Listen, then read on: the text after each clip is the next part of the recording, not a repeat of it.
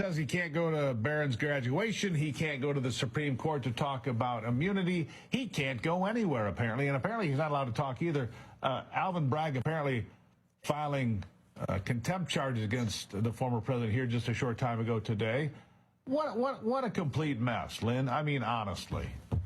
As somebody who's been with him for over 16 years, I actually cried when we got word about Barron's graduation, because at the end of the day, what we're seeing in this Biden trial is a full frontal assault on American democracy. And, never before, though, has the president's argument that this is election interference at its highest level against the leading presidential candidate, mind you, for the United States, by virtue of the fact that he has to be in court physically from 9:30 to 5, Monday, Tuesday, Thursday, and Friday for the next 4 to 6 weeks, while his poll plummeting opponent gets to campaign freely across this country without any restrictions.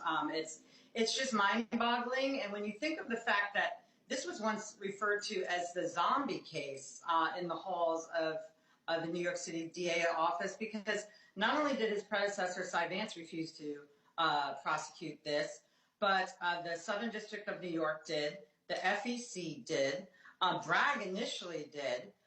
You know why? Because it was colossally weak on the merits. And any legal scholar you talk to will tell you that it still is, because despite the moniker of the mainstream media, this is not a hush money case.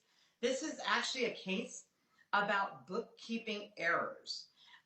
Number one, not only did we don't even know what it's about, Lynn, because what I can't identify, Lynn, right. I can't find a crime here. That's why Jonathan Turley just sorted it all. He called it a Frankenstein case. You've got misdemeanors that are past the statute of limitations. You got a felony past the statute of limitations. But if you resurrect them somehow and package them together, you'll call it felonies.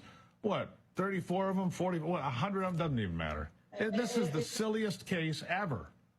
It's unprecedented.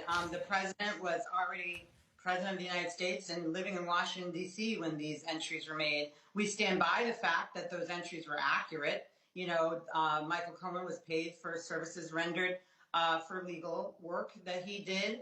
But at the end of the day, never before in American jurisprudence has a bookkeeping error been charged as a federal felony against a sitting president or any even civilian American voter.